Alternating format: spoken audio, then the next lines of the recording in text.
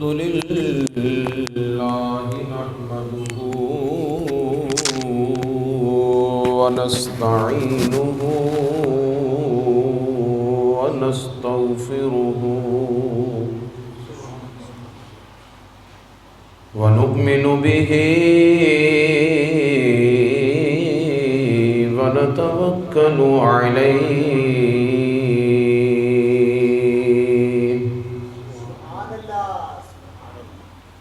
ونعوذ بالله من شرور أنفسنا ومن سيئات أعمالنا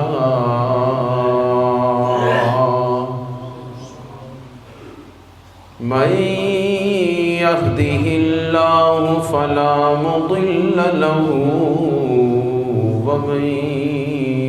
يضلله فلا هادي له ونشهد أن لا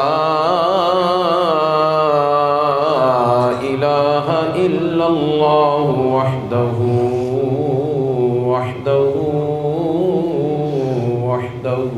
لا شريك له ونشهد أن سيدنا وسندنا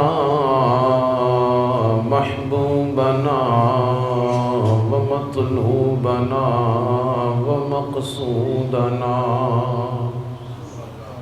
ومعصومنا حبيبنا وحبيب ربنا أعلانا وأولانا ومولانا محمدا عبده ورسوله أما بعد فأعوذ بالله من الشيطان الرجيم بسم الله الرحمن الرحيم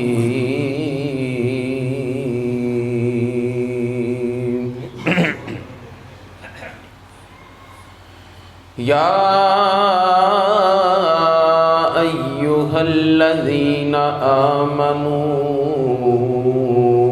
لا تتخذوا اليهود والنصارى أولياء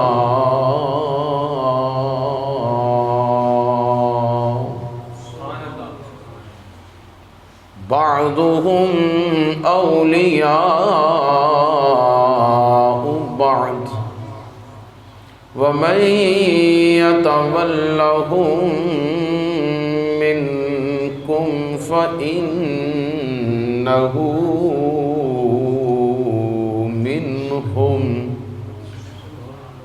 إن الله لا يهدي القوم الظالمين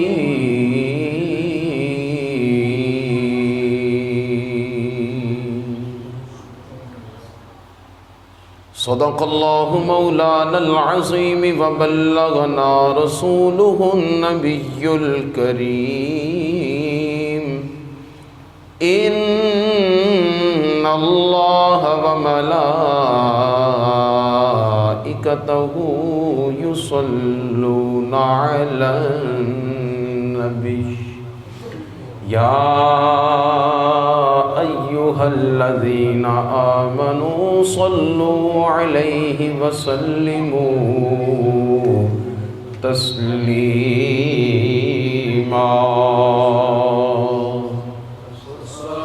صلاة والسلام عليك يا رسول الله وعلى يا حبيب الله الصلاة والسلام عليك يا رسول الله وعلى آلك وأصحابك يا حبیب اللہ. جھوم کر پڑھیں مل کر الصلاۃ والسلام علیک یا رسول اللہ وعلی آلک واصحابک یا حبیب اللہ.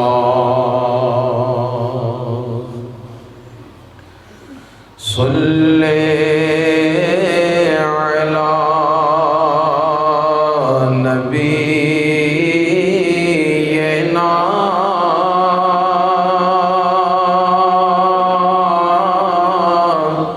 صلی علی محمد صلی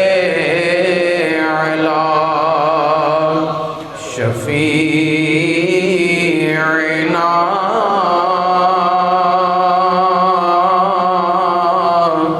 صلی علی محمد صلی علی نبینا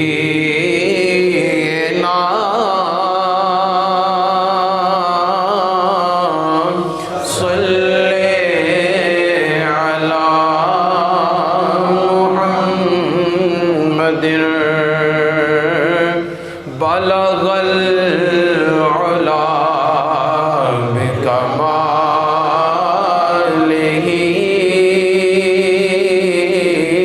کشف الدجی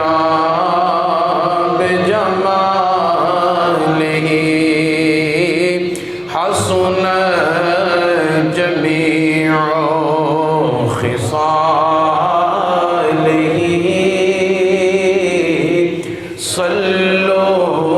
علیہ وآلہ صلی علی نبینا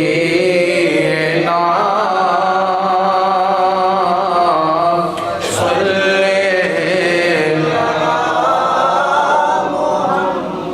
محمد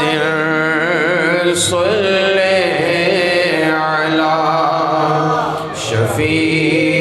شفیعنا صلی علی محمد. وہ جو نہ تھے تو کچھ نہ تھا، وہ جو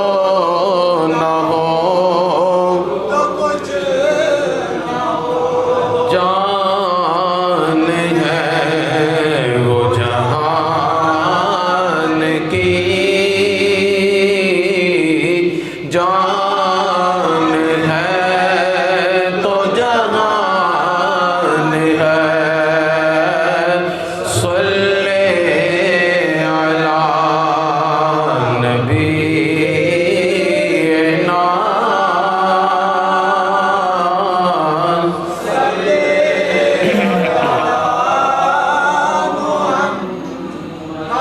عرش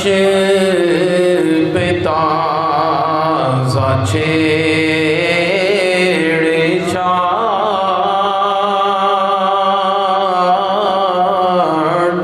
فرش پہ طرفت دھوم دھام کان جدھر لگائیے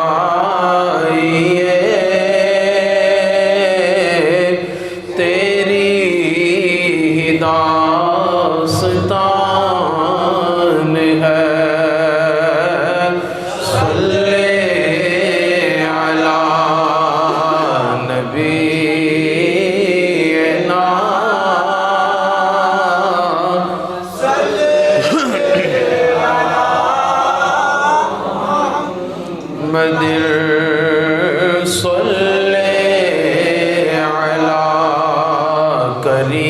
کریمنا صلی علی محمد صلی اللہ تعالی علیہ وآلہ وصحبہ وبارک وسلم۔ سبحان اللہ، الحمدللہ۔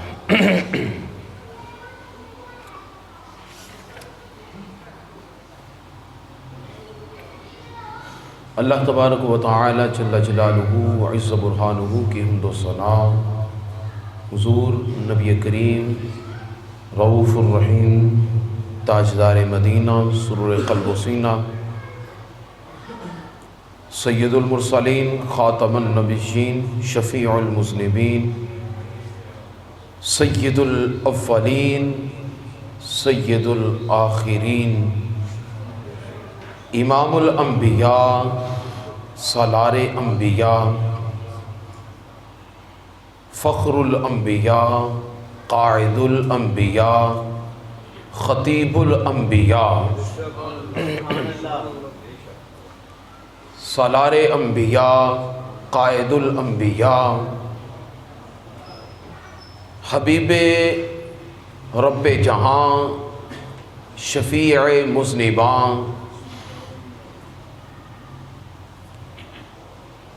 غم گسار زماں سید سروراں حبیب پروردگار شفیع روز شمار باعث تخلیق کائنات فخر موجودات سید المرسلین رحمت للعالمین میرے اور آپ کے کریم آقا حضرت سیدنا محمد الرسول اللہ صلی اللہ تعالی علیہ وسلم کی بارگاہ اقدس میں ہدیہ درود و سلام کا نذرانہ عقیدت، نذرانہ محبت نہایت عاجزی و انکساری کے ساتھ عرض کرنے کے بعد میرے نہایت ہی واجب الاحترام قابل قدر معزز محتشم بزرگوں، دوستوں اور محترم بھائیوں، اللہ تعالیٰ کے فضل اور اس کی توفیق سے جمعۃ المبارک کی ان بابرکت ساعتوں میں، ان پرکیف لمحات میں اس مسجد کے اندر آپ کو اور مجھے حاضری کی سعادت حاصل ہو رہی ہے۔ اللہ تعالیٰ اپنے حبیب علیہ الصلاۃ والسلام کے صدقے ہم سب کو اس مسجد کے ساتھ والہانہ محبت کی توفیق نصیب فرمائے، ہمیشہ حق سچ بولنے، بیان کرنے اور حق سچ کا دفاع کرنے کی توفیق عطا فرمائے، ہر قسم کی فتنہ پروری سے، شر انگیزی سے اللہ تعالی ہمیں محفوظ فرمائے۔ معزز دوستو، انسان کو اللہ تعالیٰ نے دنیا کے اندر بھیجا ہے تو کئی ایک حقوق کے ساتھ اس دنیا میں بھیجا ہے۔ بندہ اپنے سر پر کئی ایک حقوق لے کر اس دنیا میں آیا ہے۔ سب سے اول، سب سے بڑا اور سب سے پہلا حق بندے کے اوپر اس کے رب عز و جل کا ہے، اس کے مالک کا ہے، اس کے خالق کا ہے، جس نے اس بندے کو پیدا کیا ہے، اس کی تخلیق فرمائی ہے اور مختلف مراحل سے اس انسان کو گزار کر اللہ تعالیٰ نے اسے وَلَقَدْ كَرَّمْنَا بَنِي آدم کا تاج اس کے سر پہ سجایا اور اپنی تمام مخلوقات میں سے افضل ترین، اعلیٰ ترین اور اشرف المخلوقات بنا کر اسے انسان ہونے کا اعزاز عطا فرمایا۔ اللہ تعالیٰ نے اسے بے شمار عزتوں سے نوازا، بے شمار عظمتوں سے نوازا۔ خدا نے اسے انسان بنایا، انسان بنانے کے بعد اسے مسلمان بنایا، اہل ایمان بنایا، اپنے پیارے محبوب علیہ الصلوۃ والسلام کا کلمہ گو فرما بردار بنایا۔ فقط انسان ہی نہیں، خدا نے اسے غیروں کے سامنے جھکنے سے بچایا اور اس کی جبین نیاز کو اپنی بارگاہ اقدس میں جھکنے کی عظیم سعادت سے بہرہ مند فرمایا۔ تو حق بنتا ہے کہ اب یہ بندہ اپنے خالق و مالک و رازق کا شکر ادا کرے، اس کا حق ادا کرے، اس کی بارگاہ کی فرما برداری کرے، پاسداری کرے، ہمیشہ اس کی نافرمانیوں سے اپنے آپ کو محفوظ رکھے۔ کوئی بھی عمل، کوئی بھی لمحہ ایسا نہ گزرے کہ جس لمحے میں، جس عمل کی وجہ سے اسے اپنے خالق و مالک کی نافرمانی مول لینی پڑے، سامنا کرنا پڑے۔ یہ دنیا ہی نہیں ہے فقط، اس نے آخرت میں اپنے رب عز و جل کی بارگاہ اقدس کے سامنے کھڑے ہونا ہے۔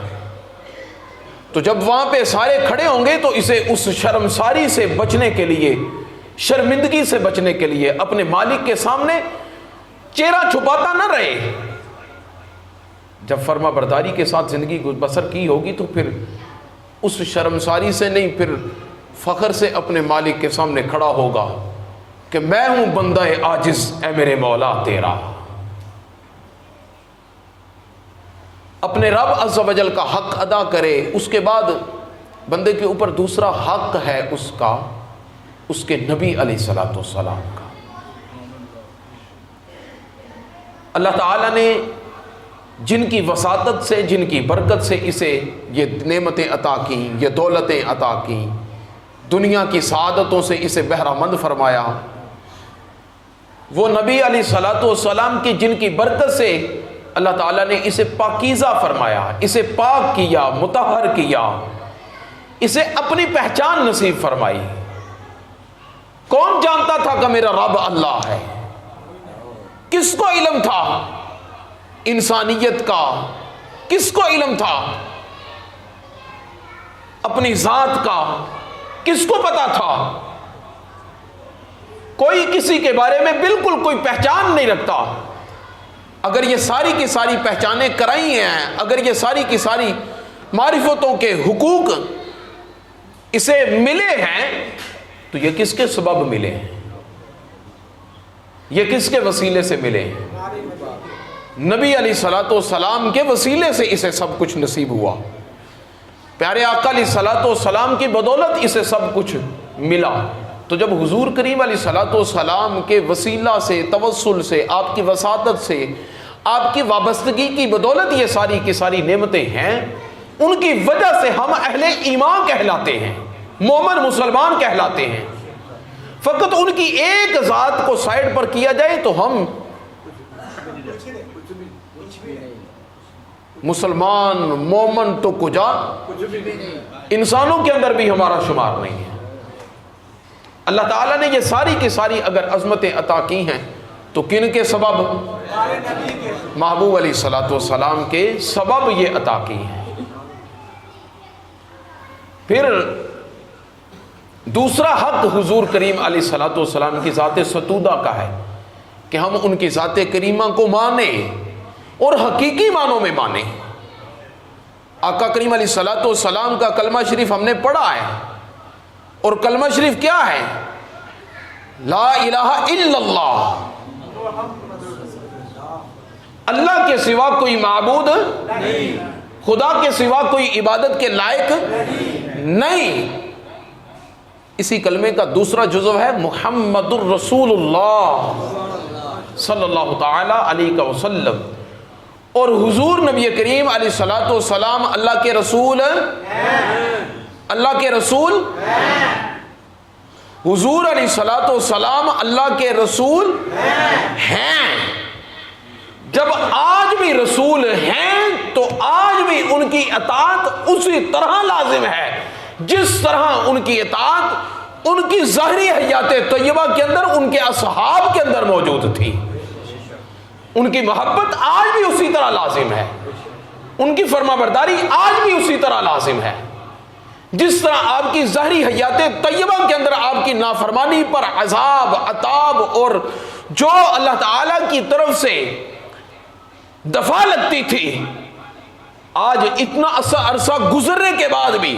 حضور کریم علیہ الصلوۃ والسلام کی نافرمانی پر وہی عذاب، وہی عطاب اور وہی دفعہ آج بھی ہے۔ امام قسطلانی فرماتے اذ لا فرق بین موتہ و حیاتہ، اذ لا فرق بین موتہ و حیاتہ و مشاہدتہ لامتہ و معرفتہ باحوالہم و نیاتہم و عزائمہم و خواطرہم وذالک عندہ جلی لا خفاء بہ۔ امام قسطلانی نے لکھا ہے، آپ فرماتے ہیں کہ حضور کریم علیہ الصلوۃ والسلام کی موت و حیات کے اندر آپ کے وصال فرمانا جانے کے اور آپ کے ظاہری حیات میں کوئی فرق نہیں ہے۔ اذ لا فرق بین موتہ و حیاتہ، آپ کی موت و حیات میں کوئی فرق ہے؟ بولو تو صحیح، آپ کی موت و حیات میں امتی کے لیے کوئی فرق نہیں ہے۔ کس اعتبار سے؟ وَمُشَاهَدَتِهِ لِأُمَّتِهِ، جس طرح اپنے محبوب علیہ الصلوۃ والسلام اپنی امت کو اس وقت دیکھ رہے تھے، آج بھی حضور علیہ الصلوۃ والسلام اپنی امت کو دیکھ رہے ہیں۔ وَمَعْرِفَتِهِ بِأَحْوَالِهِمْ، اور ان کے احوال کی معرفت کے اعتبار سے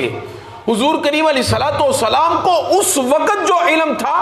آج بھی حضور علیہ الصلوۃ والسلام اپنی امت کے احوال سے آگاہ ہیں۔ صرف احوال سے نہیں، فرماتے ہیں وَمَعْرِفَتِهِ بِأَحْوَالِهِمْ وَعَزَائِمِهِمْ وَخَوَاطِرِهِمْ وَنِيَّاتِهِمْ، حضور علیہ الصلوۃ والسلام ان کے احوال سے بھی واقف ہیں۔ توجہ ہے؟ حضور علیہ الصلوۃ والسلام اپنی امت کے احوال سے بھی واقف ہیں، اپنی امت کے خواطر سے بھی واقف ہیں، ان کے اعمال سے، ان کی نیتوں سے بھی واقف ہیں، اور فرماتے ہیں کہ وَذَلِكَ عِندَهُ جَلِيٌّ، یہ سارا کچھ ان میں سے کچھ تو وہ ہے کہ جو ہمارے لیے تو ظاہر ہیں اور کچھ ہمارے لیے باطن ہے، یعنی کسی کی نیت سے ہم واقف نہیں ہیں، ہم آگاہ نہیں ہیں اس کی نیت کیا ہے۔ 10 منٹ پہلے تو میرے حق میں تھا اور 10 منٹ گزرنے کے بعد میرے مخالف ہو کر کھڑا ہو گیا، اب اس کی نیت کا جو ثمر ہے وہ ہمیں تو نہیں پتا، لیکن عمل کا تعلق ظاہر کے ساتھ ہے۔ جب عمل کا تعلق ظاہر کے ساتھ ہے تو عمل کے ساتھ بندے کی پہچان ہو جاتی ہے کہ بندہ کس طرف نکل رہا ہے۔ جب زبان سے کچھ بولے گا تو اس کے الفاظ اس کے کردار کشی کریں گے، اس کی تربیت بتائیں گے، اس کے حوال کی ہمیں واقفیت پر آگاہ کریں گے کہ بندہ کس طرف جا رہا ہے۔ یہ ہمارے لیے ہے کہ ہمیں کس بعض چیزوں کا علم ہوتا ہے اور بعض چیزوں کا ہمارے لیے علم نہیں ہے، لیکن یہ بات تو تیری اور میری ہے۔ میرے نبی علیہ الصلوۃ والسلام کا معاملہ کچھ اور ہے۔ امام قسطلانی فرماتے ہیں وَذَلِكَ عِندَهُ جَلِيٌّ، یہ تیری اور میری بات ہے کہ ہم کسی کی نیتوں سے واقف نہیں ہو سکتے، ہم کسی کے عملوں سے واقف ہو سکتے ہیں جب باریک بینی کے ساتھ پورا فورس کر کے اسے دیکھیں گے پھر، مگر میرے حبیب علیہ الصلوۃ والسلام وہ ہیں کہ آقا کریم علیہ الصلوۃ والسلام کے سامنے تمہارے عمل بھی واضح ہیں، تمہاری نیتیں بھی واضح ہیں، تمہارے ارادے بھی واضح ہیں۔ حضور علیہ الصلوۃ والسلام سب کچھ دیکھ رہے ہیں، لا خفاء بہ، حضور علیہ الصلوۃ والسلام کے لیے تمہارے درمیان اور حضور کے درمیان کوئی پردہ نہیں ہے، کوئی بھی پردہ نہیں ہے۔ جب کوئی پردہ نہیں ہے تو حضور کریم علیہ الصلوۃ والسلام کا حق یہ ہے کہ حضور علیہ الصلوۃ والسلام کی اطاعت، آپ کی فرما برداری، آپ کے جب اسوہ حسنہ، آپ کے عملی نمونہ کو اپنایا جائے، حضور علیہ الصلوۃ والسلام کے عملی نمونہ کو اپنا کر اپنی زندگیاں کریم آقا علیہ الصلوۃ والسلام کے مطابق کی جائیں، اس قدر مطابق کی جائیں، اس قدر مطابق کی جائیں کہ ہمیں اپنی پہچان کرانے کے لیے، ہمیں اپنی پہچان کرانے کے لیے ان کا حوالہ نہ دینا پڑے، کوئی ہمیں دیکھے اور دیکھ کر کہہ دے کہ یہ تو غلام مصطفیٰ جا رہا ہے۔ یہ حضور کا گدا جا رہا ہے، یہ حضور کی محبت میں فنا جا رہا ہے، یہ حضور کے عشق میں، آقا کریم علیہ الصلوۃ والسلام کے عشق میں بہرا ور جا رہا ہے۔ اس قدر میں ہم حضور کریم علیہ الصلوۃ والسلام کے لیے اپنا آپ اطاعت فرما برداری کے لیے اتنا کچھ، بہرحال بندہ تنگی کے عالم میں کچھ اور ہوتا ہے اور خوشی کے عالم میں کچھ اور ہوتا ہے، لہذا حضور علیہ الصلوۃ والسلام کی اطاعت اور اتباع کے حوالے سے تنگی اور خوشی دونوں حالت میں ہماری حالتیں یکساں ہونی چاہیے۔ ہم خوشی بھی منائیں تو حضور کے مطابق، ہم تنگی بھی منائیں تو حضور کریم علیہ الصلوۃ والسلام کے مطابق، ہمارے اندر غم ہو تو پھر بھی وہ غم ہمیں رسول کریم علیہ الصلوۃ والسلام سے دور نہ کرے، ہمارے اندر خوشی ہو تو وہ خوشی ہمیں جو ہے وہ راہ فرار کی طرف نہ لے کر جائے حضور علیہ الصلوۃ والسلام کے مطابق۔ تیسرا حق ہمارا ہے ہمارے والدین سمیت ہمارے آباء و اجداد اور ہمارے اعزا اقربا رشتہ دار اور ہمارے ہمسائے اور دیگر تمام مسلمانان عالم کے ساتھ حوصلہ افزائی کرنا، ان کے ساتھ نیک تمنائیں رکھنا، ان کی خوشی میں خوش ہونا اور ان کے دکھ میں دکھی ہونا، یہ مسلمانان عالم کا ان سے ان کے ایمانی تقاضا ہے ان کا۔ اللہ تعالیٰ نے قرآن مجید فرقان حمید میں ارشاد فرمایا انما المؤمنون اخوہ، مسلمان آپس میں بھائی بھائی ہیں، مسلمانان عالم آپس میں بھائی بھائی ہیں، کہ حضور کریم علیہ الصلوۃ والسلام کے ساتھ اگر میرا تعلق ہے تو اس تعلق کی وجہ سے جس کا میرے کریم محبوب علیہ الصلوۃ والسلام کے ساتھ واسطہ رشتہ گہرا ہوگا، حضور کی وجہ سے وہ بھی میرا بھائی ہے۔ انما المؤمنون اخوہ، یہ سورہ حجرات شریف کی آیت ہے، اور اس میں مفسرین نے لکھا ہے کہ حضور علیہ الصلوۃ والسلام کی وجہ سے،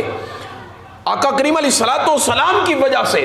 اگر آپ دور بھی رہتے ہو اور آپ کا دوسرا مسلمان بھائی کہیں دور دوسرے علاقے میں بھی رہو، تو اگر حضور علیہ الصلوۃ والسلام کی وابستگی اور آقا علیہ الصلوۃ والسلام کے ساتھ خوش عقیدگی اور حضور نبی کریم علیہ الصلوۃ والسلام کے ساتھ باہمی محبت اگر یکساں ہے تو بندہ کتنی بھی دور رہے وہ آپس میں حضور کی وجہ سے آپس میں بھائی بھائی ہیں، آپس میں بھائی بھائی ہیں۔ لیکن اگر حضور کریم علیہ الصلوۃ والسلام کے ساتھ وابستگی نہیں ہے، کریم آقا علیہ الصلوۃ والسلام کے ساتھ محبت کا وہ لیول نہیں ہے، آقا کریم علیہ الصلوۃ والسلام کی ذات صدوطہ کے متعلق وہ عقیدہ درست نہیں ہے، پھر سگا بھائی بھی بھائی، پھر سگا بھائی بھی بھائی نہیں ہو سکتا، پھر نہیں ہو سکتا۔ کیوں؟ کہ ذات ان کی پیش نظر ہے، ذات ان کی پیش نظر۔ دیکھیں نا حضرت بلال حبشی رضی اللہ تعالیٰ عنہ کہاں سے چلے ہیں؟ حبشہ سے چلے ہیں۔ حضرت صہیب کہاں سے چلے ہیں؟ روم سے چلے ہیں۔ حضرت سلمان کہاں سے چلے ہیں؟ فارس سے چلے ہیں۔ اتنے میلوں کے فاصلے طے کر کے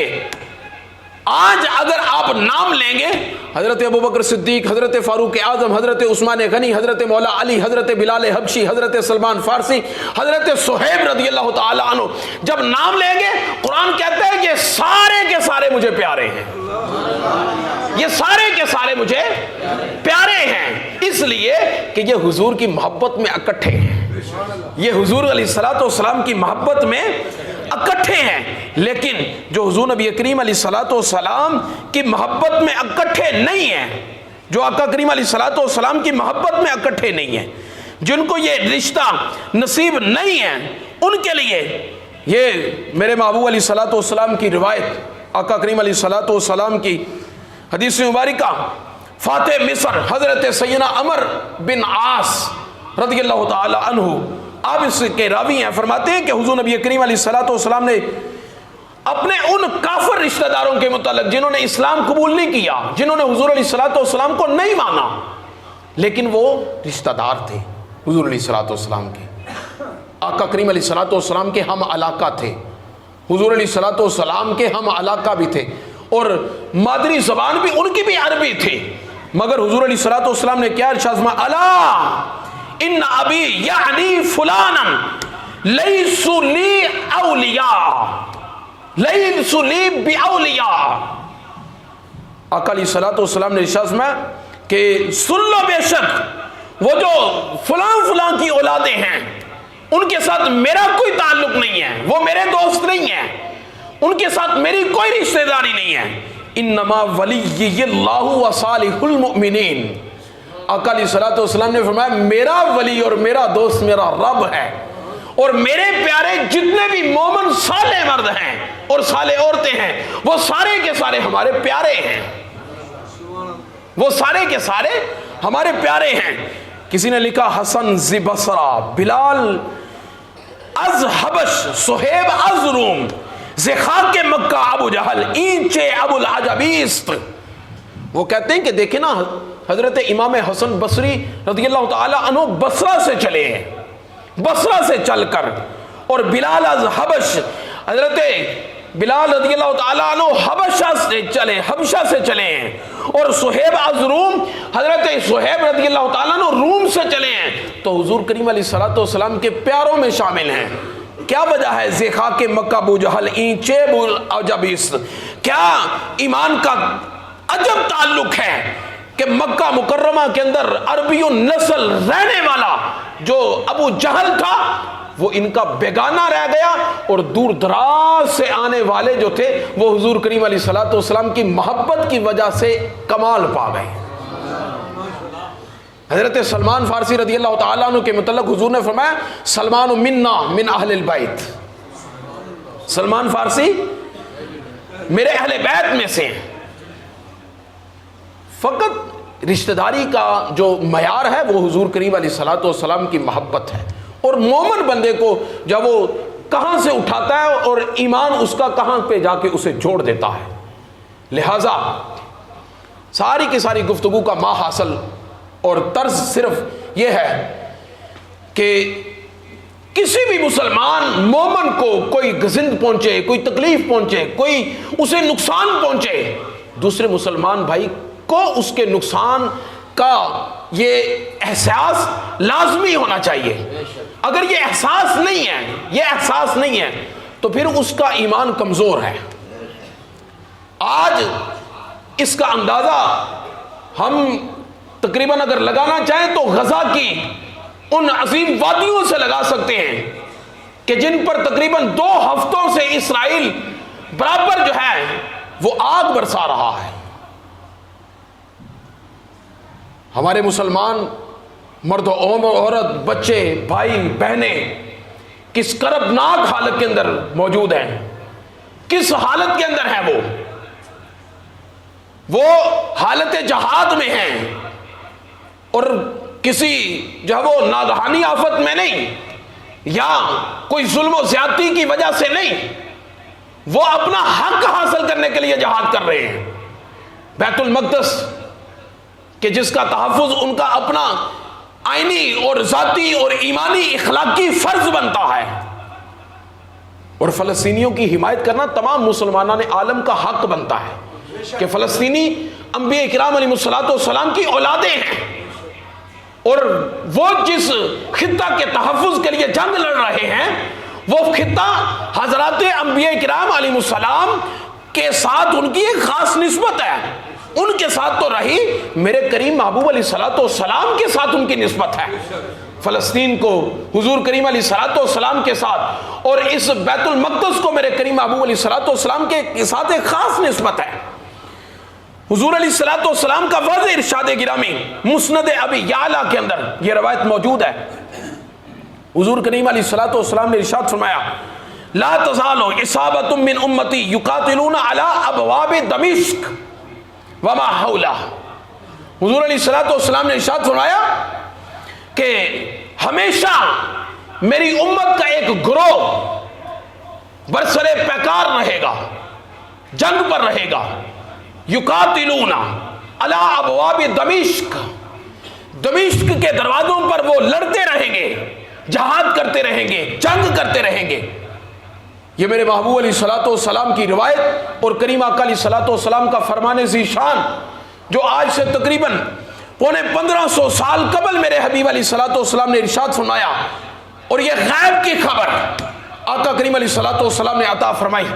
جو آج غزہ کے اندر،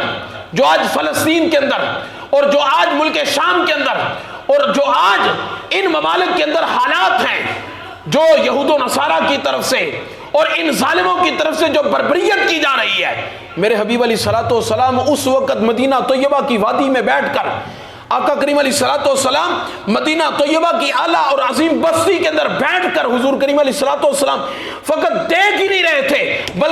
بلکہ برسر منبر حضور علیہ الصلوۃ والسلام نے وضاحت کے ساتھ ان کی طرف سے یہ اپنی امت کو اعلان فرمایا۔ حدیث مبارکہ کی ترجمانی کرتے ہوئے حضور علیہ الصلوۃ والسلام نے واضح طور پر فرمایا کہ میں دیکھ رہا ہوں کہ ابواب دمشق یعنی دمشق کے دروازوں پر میری امت کا ایک گروہ، ایک جماعت ان یہود و نصارہ کے ساتھ ہمیشہ لڑتی رہے گی۔ اور دوسرے نمبر پر فرمایا وعلی ابواب بیت المقدس، حضور علیہ الصلوۃ والسلام نے فرمایا کہ میری امت کا ایک گروہ جو ہمیشہ بیت المقدس کے دروازوں پر کھڑے ہو کر ان سے لڑتے رہیں گے، بیت المقدس کے تحفظ کے لیے، اس خطہ ارض کے تحفظ کے لیے، ان کی آزادی کے لیے یہ لڑتے رہیں گے۔ لا یضرونہم خذلان من خذلہم، آقا علیہ الصلوۃ والسلام نے ارشاد فرمایا کہ اللہ تعالیٰ نے ان کے ایمانی جذبات کو اتنی تقویت عطا فرمائی ہے، ان کے ایمانی جذبات اس قدر قوی ہیں کہ فرمایا کہ اگرچہ ان کا دشمن ان پر ہیوی ہو کر ان کو مارے گا بھی، ان کو قتل و غارت بھی ان پر کرے گا، ان کے مکانوں کو نیست و نابود بھی کر دے گا، ان کی وادیاں تہو نیست بھی کر دے گا، مگر یہ سارا کچھ ہونے کے باوجود حضور کریم علیہ الصلوۃ والسلام نے ارشاد فرمایا ان کے ایمان اتنے مضبوط ہوں گے کہ وہ کبھی بھی ہار نہیں مانیں گے، ہار نہیں مانیں گے۔ آج دیکھیں نا اپنا یہ سوشل میڈیا کے اوپر آپ کو نظر نہیں آ رہا چھوٹی چھوٹی بچیوں کیا حال ہو رہا ہے، ہسپتالوں کے اوپر انہوں نے جب حملے کیے تو کیا صورتحال تھی، باپ خود اپنی نومولود بچیوں کو جب وہ مردہ حالت میں، شہادت کی حالت میں اٹھا کر لے کر جا رہا ہے تو کیا ان کے جذبات ماند پڑ گئے؟ کیا ان کے ایمانی جذبات کمزور پڑ گئے؟ کیا انہوں نے ہار مان لی ہے؟ میرے کریم ابو علیہ الصلوۃ والسلام نے فرمایا کہ یہود و نصارہ کی طرف سے جیسا مرضی اٹیک ہو جائے، کفر سارے کا سارا مل کر بھی اگر ان پر حملہ آور ہو جائے، اللہ رب العزت جل وعلا نے انہیں یہ ہمت اور ان کے ایمانی جذبات کو یہ طاقت بخشی ہے کہ آقا علیہ الصلوۃ والسلام نے ارشاد فرمایا لا یضرونہم خذلان من خذلہم، ان کا یہ نقصان پہنچانا کبھی کسی صورت میں بھی ہار ماننے کی طرف نہیں لا سکتا، ہار نہیں مانیں گے، وہ برسرے بیکار رہیں گے۔ آگے سماعت فرمایا حضور علیہ الصلوۃ والسلام نے ارشاد فرمایا ظاہرین علی الحق، وہ جس حالت پر مرضی رہے مگر اللہ کے نزدیک وہ حق پر غالب رہیں گے، حق ان کی وجہ سے غالب رہے گا۔ کب تک غالب رہے گا؟ فرمایا الی ان تقوم الساعہ، یہاں تک کہ قیامت تو آ سکتی ہے مگر فلسطینی کبھی بھی جو وہ راہ فرار اختیار نہیں کر سکتا، کبھی بھی کسی صورت میں بھی جو وہ ہار نہیں مان سکتا۔ حضور کریم علیہ الصلوۃ والسلام نے فلسطینیوں کے لیے اس وقت،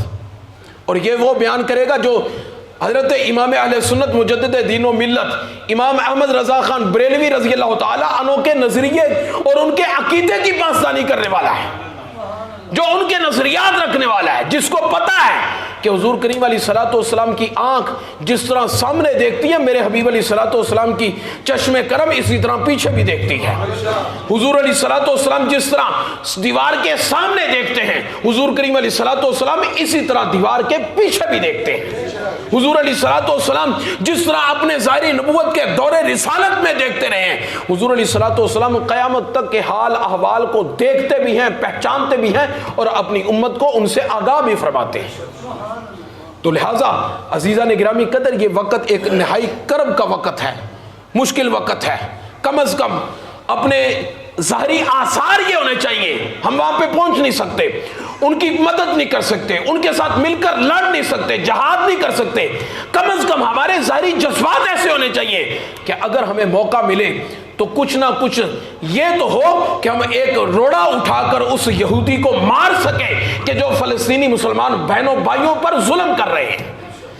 ہمارے جذبات ایسے ہونے چاہیے. حضور علیہ الصلوۃ والسلام نے ارشاد فرمایا وہ منافق کی موت مرے گا جس نے اپنی ساری زندگی ایک مرتبہ بھی موت شہادت کی تمنا نہیں کی. مسلم شریف کی حدیث ہے. فرمایا کہ وہ منافق کی موت مرے گا جس نے زندگی کے اندر ایک مرتبہ بھی شہادت کی تمنا نہیں کی. شہادت کی تمنا. حضور علیہ الصلوۃ والسلام نے ارشاد فرمایا کئی ایسے میرے مجاہد امتی ہوں گے کہ جو اللہ تعالیٰ کی بارگاہ اقدس میں عرض کریں گے اے میرے مولا یہ جذبہ شہادت اس وقت پورا ہے, ہمیں شہادت کی موت عطا فرما, ہمیں جہاد کرنے کی توفیق عطا فرما. مولا ہمیں ہمت عطا کر کہ ہم اس جذبہ جہاد کے ساتھ برسرے پیکار ہو کر کفار کے ساتھ لڑ سکیں اور جام شہادت نوش کریں. آقا کریم علیہ الصلوۃ والسلام نے ارشاد فرمایا اس دعا کی وجہ سے اگرچہ وہ اپنے بستر پر مرے انہیں شہادت نصیب نہ بھی ہو مگر اس دعا کی وجہ سے خالق کائنات قیامت والے دن انہیں شہادت کا درجہ عطا فرمائے, شہادت کا درجہ عطا فرمائے گا. تو یہ ساری کی ساری چیزیں اس وقت مسلمانوں کے پیش نظر رہنی چاہیے. میچ کے اندر اور اپنی ساری جب وہ گل گپاڑوں کے اندر عیش و عشرت کے اندر اپنے جب وہ گھر والوں کے اندر مست رہنا مگر رہنا اور ان کی بالکل بے حسی اور بے فکری کے عالم میں ان کا بالکل احساس تک نہ کرنا, یہ ایمانی تقاضا نہیں ہے. ایمانی تقاضا یہ ہے کہ مسلمان